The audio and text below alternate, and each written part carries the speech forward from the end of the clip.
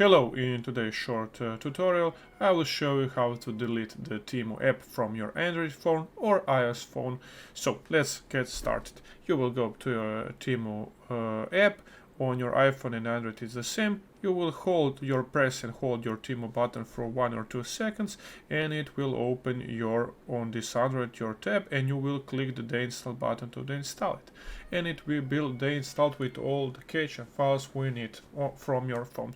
The same principle is for iOS too. You click it for a few seconds on your iPhone and you will click the minus tab in the left right corner, and when you click it you will delete it with everything from your phone. So guys, I hope you enjoyed this very quick tutorial how to delete your Temu app from your phone.